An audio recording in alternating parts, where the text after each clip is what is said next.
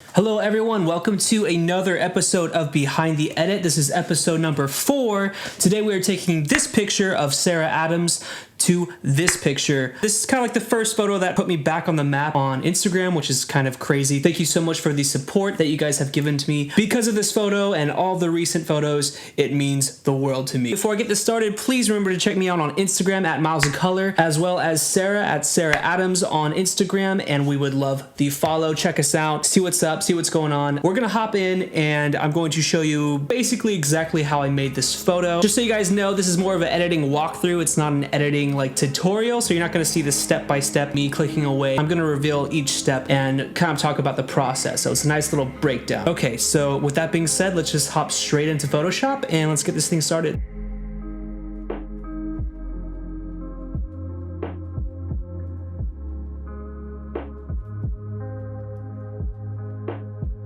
So right here I have the raw image of Sarah. I kind of lost my Lightroom catalog that I used to edit this photo, but we're just going to do some slight adjustments so I can show you how I got the initial colors and the initial brightness and everything like that. I'm gonna be guessing, but we're just gonna see what's gonna happen. So typically I'll raise up my exposure a bit. I'll bring my shadows up a little bit as well.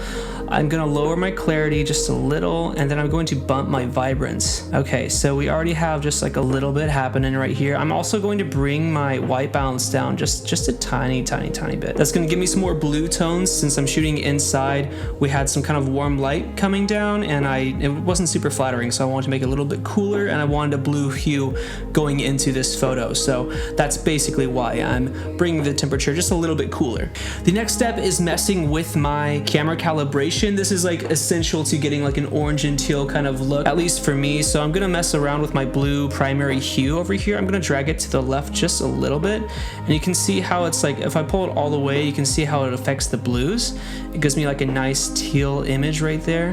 Boom. I'm gonna leave it like right here, like -30, and I'm also gonna saturate a little bit so we have some blue coming in. And then to compensate for her skin turning a little pink, we're gonna drag our red primary just a little bit to the right so she has a nice orange skin tone. And then I'm gonna pull my saturation for my greens up just a little bit, and that's gonna saturate her skin tone a little bit, and then some of the aqua and teal color we have around here. We're also going to go over to our HSL and probably boost up the blues a little bit, boost up the aquas just a little bit. And yeah, that's looking pretty good so far. Maybe probably bring up my my midtones and my curves here. That was right here. And so that's basically the image that we're gonna start with, I'm pretty sure. So some light saturation in the blues. We messed with the blue primaries in our camera calibration. We brought up shadows and we brought up the exposure, and then let's hop straight into the actual Photoshop file. Okay, so yeah, like a little bit of adjustments were done, I'm sure. Like I'd probably brought my exposure up just a little bit, but you guys get the general idea of how I got here. And also I was shooting this at night, so this is all artificial lighting for this photo, and I think it turned out pretty well considering we weren't using like a reflector or anything like that at all.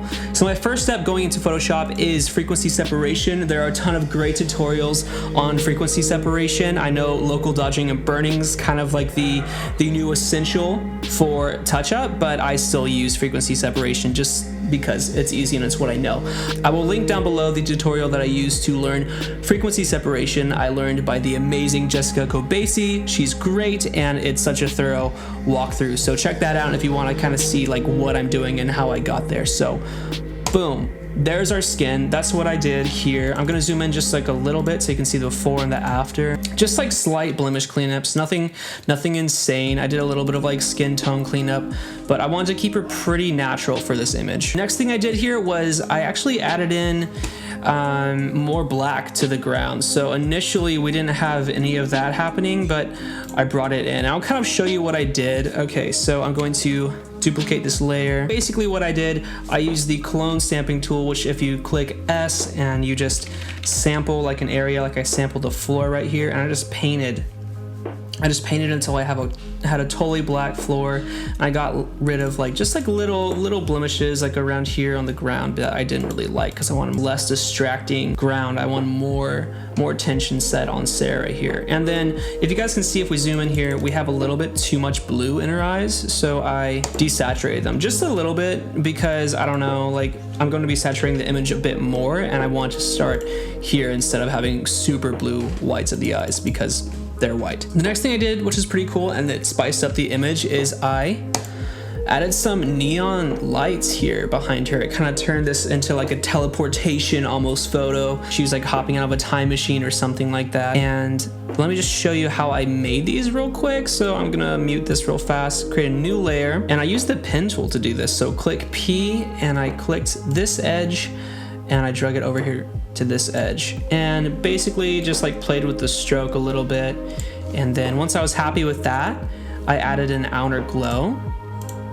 Here's my settings here. If you want to pause the video, take a little look at that. That's what I used for this image. And then I turned it into a smart object, and I just messed with like the blur a little bit. So that's essentially how I did these lines. So I'm going to unmute this channel, and there we go. Here is our super futuristic laundromat lights. And then I wanted to change the hue. I was trying out pink because I like messing with pink and blue at the same time, but it just wasn't the vibe. So I turned it teal using a hue and saturation layer, and I masked it. And here are the settings. So I just drug the master all the way to the left here, and if I play around with it, you can see like what's gonna happen. But yeah, I just left it over here to get a nice teal look. And I think it also helped, as well as, you know, when I said when I turn the ground more black, it just helps bring attention to Sarah, and by not being a different color, it's not asking for too much attention itself, while it's still looks pretty cool. It's something that you don't necessarily notice, but once you look around the image, you're like, oh shit, like there's these glowing lights that are highlighting her, which I don't know, I'm a big fan of. And because you guys have seen my last few edits, you know that I like to incorporate artificial light, or just like light that I've made inside Photoshop, but I also like to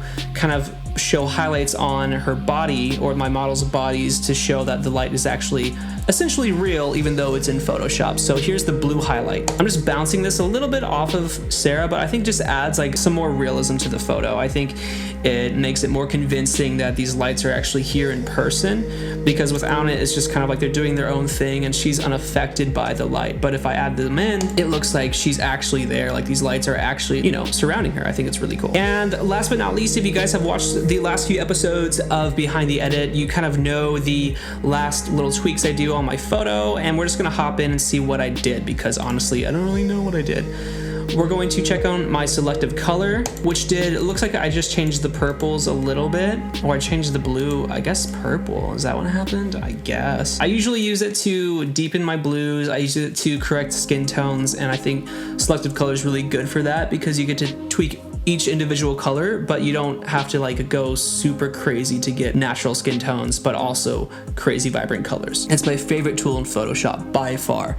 Next is our hue and saturation. It looks like I just deepened the blues just a tiny bit. Is that what I did? Did I even use this thing? Let's check it out. I'm a fraud. I didn't do anything with this thing. That was just my eyes playing tricks on me. So I didn't even use hue and saturation. I did use, however, the vibrance and saturation layer. There we go. And that's just to add a bit more depth to the colors, just to make it a bit more punchy. Next, we mess with the curves tool here a little bit. I did like the slightest S curve, super slight. I'm not a fan of the S curve, but for this edit, it kind of made sense. So here we go. It just added a bit more punch, and then we kind of deepened the blacks and raised up our shadows just a little bit here. And then here is our exposure layer, and nothing too drastic here. Looks like it raised it by like 0.15, and then I did a little bit of gamma correction to make it a little more punchy. I didn't do anything with the color balance here. I'm just gonna delete that. I always add it in, but I never do anything with it. It's kind of weird. And I know I use the color lookup, which is my final adjustment, as always in Photoshop. There it is. I just made her skin a bit more pink using the 2 strip,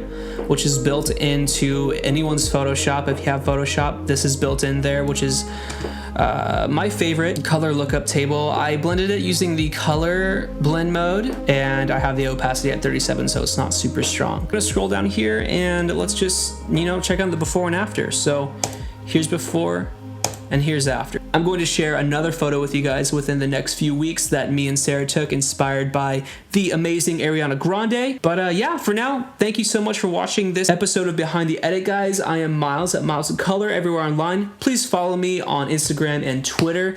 And do not forget to check out Sarah Adams as well. She's an amazing model. Leave a comment down below about suggestions of, what you would like to learn. Keep in mind, this is like a walkthrough series. So if you have a specific technique in Photoshop you'd like to learn, leave that comment down below. However, I'm going to start a Patreon pretty soon where I'm going to share just like the full tutorial of every single edit, or I might sell them on my website as well. So those will be available to you guys. But for now, these walkthroughs are the easiest way for me to pump out content and show you basically how I make my photos. So I'm sorry if it's a little frustrating for you newcomers to Photoshop because you want to see the more in-depth process, but I promise those are coming. Please be patient, and I hope that you guys are enjoying this series. Okay, thank you so much for watching, and I will see you in the next one. Bye.